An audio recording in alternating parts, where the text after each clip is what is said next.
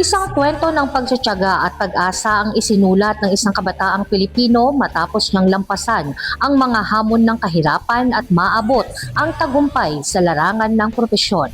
Si Attorney Jeric Amor Villanueva ng Paniki Tarlac, isang dating benepisyaryo ng Pantawid Pamilyang Pilipino Program o 4Ps, ay opisyal ng kabilang sa hanay ng mga bagong abogado matapos pumasa sa 2025 bar examinations. Sa ibinahaging istorya ni Peng de la Rama sa social media tungkol sa buhay ni Jeric, ay napag-alaman na bata pa lamang ay mulat na siya sa bigat ng kakulangan. Bilang isang 4Ps monitored child, naranasan niya umanong mag-aral sa gitna ng kakapusan, kulang sa kuryente, internet at maging sa pambayad sa matrikula. Base sa post ng DSWD Field Office 3 Central Luzon, inamin ni Jeric na hindi romantiko ang kahirapan at taliwas sa madalas na paniniwala, ito ay tunay na hadlang sa pag-abot ng pangarap.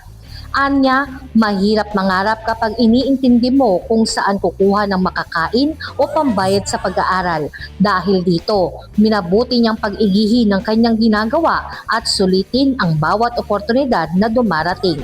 Bago pa man niya makamit ang titulo bilang abogado, nauna na niyang napagtagumpayan ang pagsusulit upang maging Certified Public Accountant o CPA. Habang nag-aaral ng abogasya sa Tarlac State University, pinagsabay niya ang pagtatrabaho bilang part-time teacher at bookkeeper upang masuportahan ang kanyang sarili at pamilya. Sa kabila ng kanyang mga pinagdaanan, hindi nag-iisa si Jeric dahil sa tulong ng kanyang mga kaklase, guro at ilang abogado na naniwala sa kanyang kakayahan, nabigyan siya ng scholarship at suporta upang makapagpatuloy at makapagtapos ng pag-aaral. Kinilala ng Department of Social Welfare and Development ang tagumpay ni Jeric bilang patunay na epektibong pamumuhunan ang edukasyon upang maputol ang siklo ng kahirapan.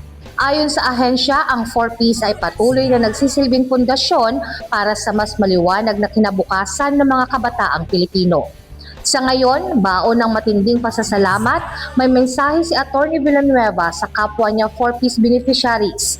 Gamitin ang tulong ng pamahalaan bilang hagdan, hindi sandalan.